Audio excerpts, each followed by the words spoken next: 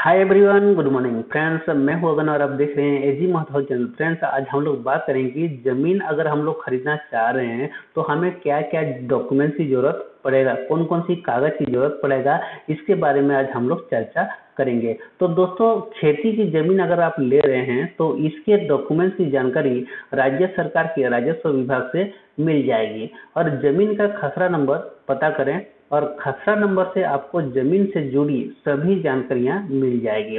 यदि आप घर बनाने के लिए जमीन खरीद रहे हैं तो पहले पता करें कि जहां जमीन खरीद रहे हैं वहां रेजिडेंशियल परमिशन है या नहीं है, इसको जानना बहुत जरूरी है।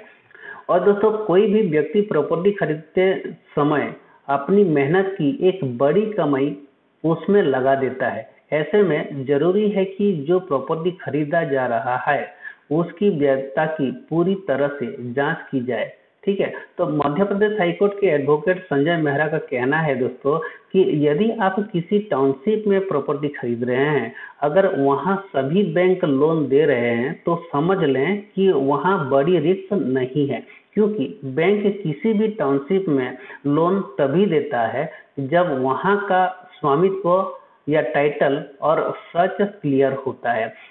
इसके बावजूद व्यक्ति को अपने लेवल पर कुछ चीजों को वेरीफाई तो करना ही चाहिए।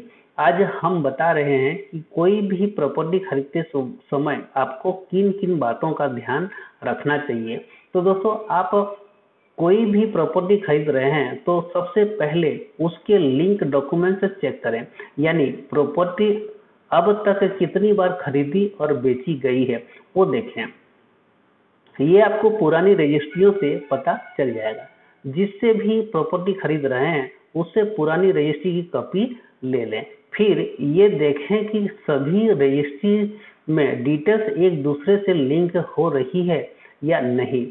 जो आपको प्रॉपर्टी बेच रहा है उसका आइडेंटिटी प्रूफ देखें, इसे डॉक्यूमेंट्स के साथ मैच करें। प्रॉपर्टी बेचने वाले से पावर अटॉर्नी की कॉपी भी ले लें।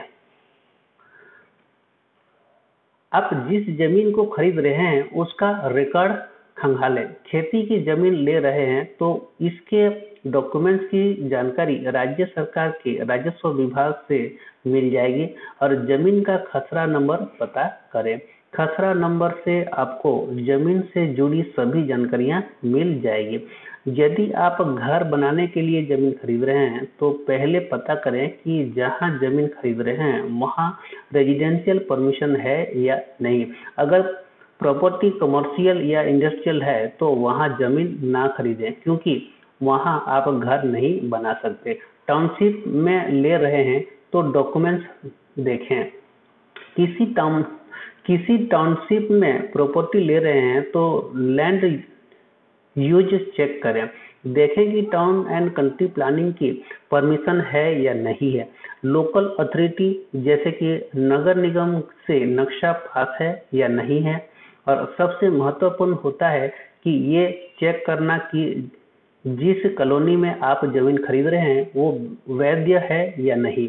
कई लोगों को लगता है कि सरकार ने रजिस्ट्री कर दी तो प्रॉपर्टी वैध ही होगा, लेकिन एक्सपर्ट का कहना है कि ऐसा नहीं होता। रजिस्ट्री करते समय सरकार सिर्फ रेवेन्यू की एंगल से जांच परख करती है। कोई प्रॉपर्टी वैध है या नहीं ये जांचने की जिम्मेदारी प्रॉपर्टी खरीदने वाले व्यक्ति की ही होती है। प्रॉपर्टी खरीदने से पहले अखबार में जाहिर सूचना जरूर देना चाहिए।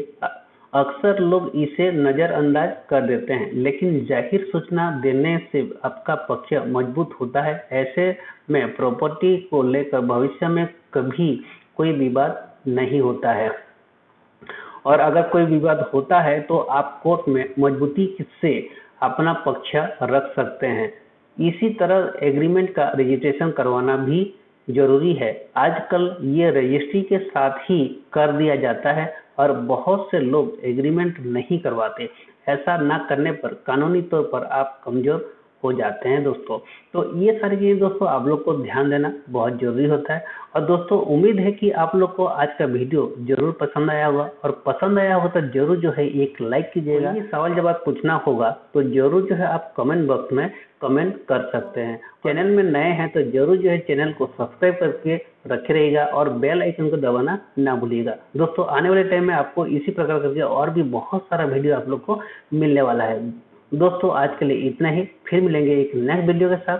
तब तक के लिए जय हिंद, जय भारत।